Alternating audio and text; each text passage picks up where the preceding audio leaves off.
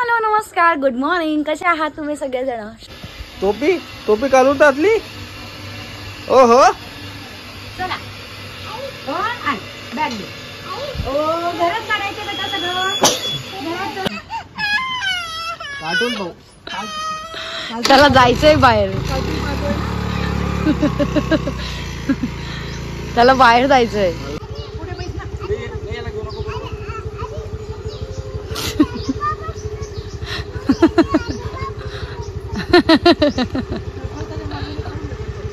छोटू bye. चला पुढे हो. Bye Shambhu bye.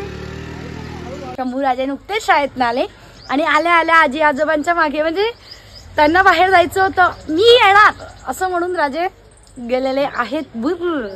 बाजारातून तुरीच्या शेंगा आणल्या होत्या, त्याचे दाणे करून ठेवले आणि आता मला करायची त्याची आमटी.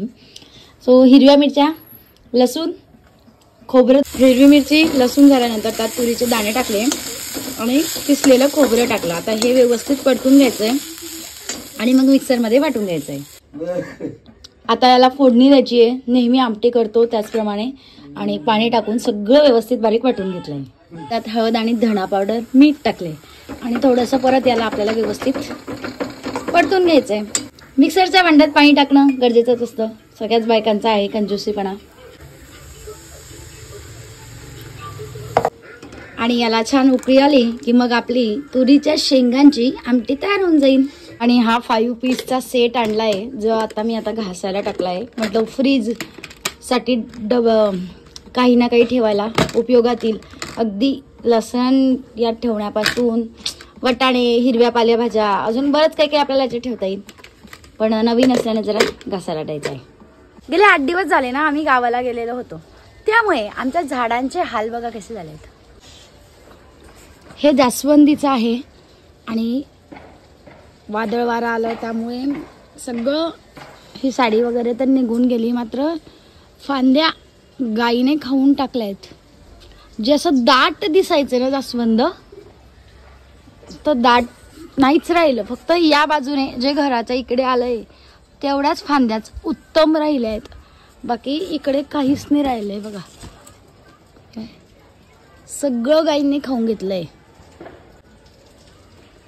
गावाला गेलं की असं होतच. हाय संध्याकाळ झालेली आहे. आजचा अख्खा दिवस सकाळपासून काही ना काही आवरण्यातच गेलेला आहे. आणि आता मात्र जरा ही बोळ आहे ना, ही सगळी स्वच्छ करून घेते. त्याआधी आम्ही काही घरात सामान काढून ठेवलं आहेत.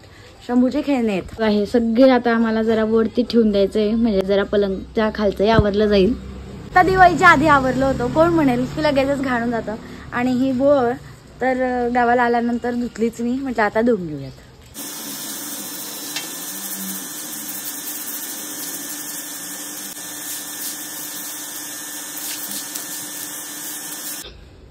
इथली बोळ आमची स्वच्छ झाली आणि थंडी आल्यामुळे बघा रजाई निघाली आहे. आज दिवसभर उन्हात टाकली, आता घडी करून ठेवायचे राहिले.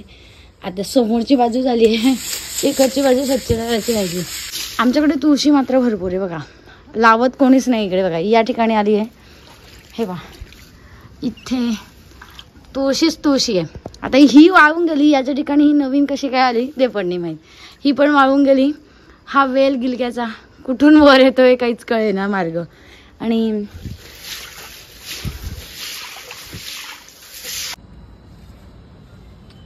सो गाईज, आमच्याकडे ना आज सकाळी एकाएकी थंडी वाजायला लागली होती. म्हणजे अक्षरशः आज शंभूला जेव्हा मी शाळेत पाठवलं तर अगदी स्वेटर टोपी घालून मला त्याला पाठवावं लागलं. आता म्हणून मग आता रजाई काढून ठेवल्या होत्या सकाळीच. त्यांना जरा दुपारी इतकं कडक ऊन, जेव्हा मी शूज धुतले ना काल सकाळी 8:30ला धुतले असतील, 12 वाजेपर्यंत ते वाळून नाही गेले. म्हणजे नेमकं चाल क्या नाहीये भाई, कुछ समज में नहीं आ रहा. सकाळी कडक ऊन नसतं, दुपारी पाऊस येतो आणि रात्री थंडी वाजते. म्हणजे हा ऋतू कोणता आहे तर काय सांगणार. समोरचं घर देखील सगळं आवरून झालेलं आहे. आता हा बंगई जी आहे ती वेळेवर काढली जाईल, आतापासून काही काढून ठेवत नाही. आणि इकडचं पण सगळं व्यवस्थित झालंय. आता या गाद्या ज्या आहेत त्या मी एकावर एक ठेवल्या, म्हटलं जरा पुसूनही घेऊयात आणि मग नंतर या गाद्या मी सगळ्या इथे टाकेल, म्हणजेच ही पण रूम अशी पूर्ण रिकामी झालेली आहे. माझं कसं असतं, करायचं असेल ना मग सगळं करायचं आणि नाही करायचं तर काहीच करायचं नाही, असं काम असतं माझं. पण आता मी म्हटलं सगळं झाडून वगैरे झालंय, सगळं आवरून झालंय, आता एकदा सगळं व्यवस्थित पुसून घेते, हे करते का. आणि कोणी येणार असलं ना की कामं असतात मला खूप एकटीला, काय करणार, पण करावी तर लागतातच ती. अब तुम नहीं कह सकते कि हमारा मन नहीं है, करना ही पडेगा तुमको. चला जाऊ द्या, करून घ्या. आमच्याकडे बघा किती थंडी आली आहे की अक्षरशः अंकुरने टोपी स्वेटर घालून झोपलाय, ब्लँकेट घेतलंय, दार बंद आहे, एवढी थंडी आली आहे आमच्याकडे. बरं नाही वाटत आहे. त्याला बरं नाहीये त्यामुळे. तुला बरं आहे. गाईज हा व्हिडिओ इथेच थांबवते. आमच्याकडे कोण पाहुणे येणार आहेत, एवढं घर स्वच्छ केलंय, काय केलंय तुम्हाला सगळं पुढे जाऊन कळणारच आहे हळूहळू व्हिडिओमध्ये. काय आहे काय नाही सगळ्या गोष्टी हळूहळू करतीलच. तो तुम्ही आमच्याशी कनेक्ट राहा आणि हा व्हिडिओ इथेच थांबवते. भेटूया पुढच्या व्लॉगमध्ये. जर तुम्ही चॅनलवर माझा नवीन असाल तर सबस्क्राईब करायला विसरू नका. Thank you so much for watching. Bye bye.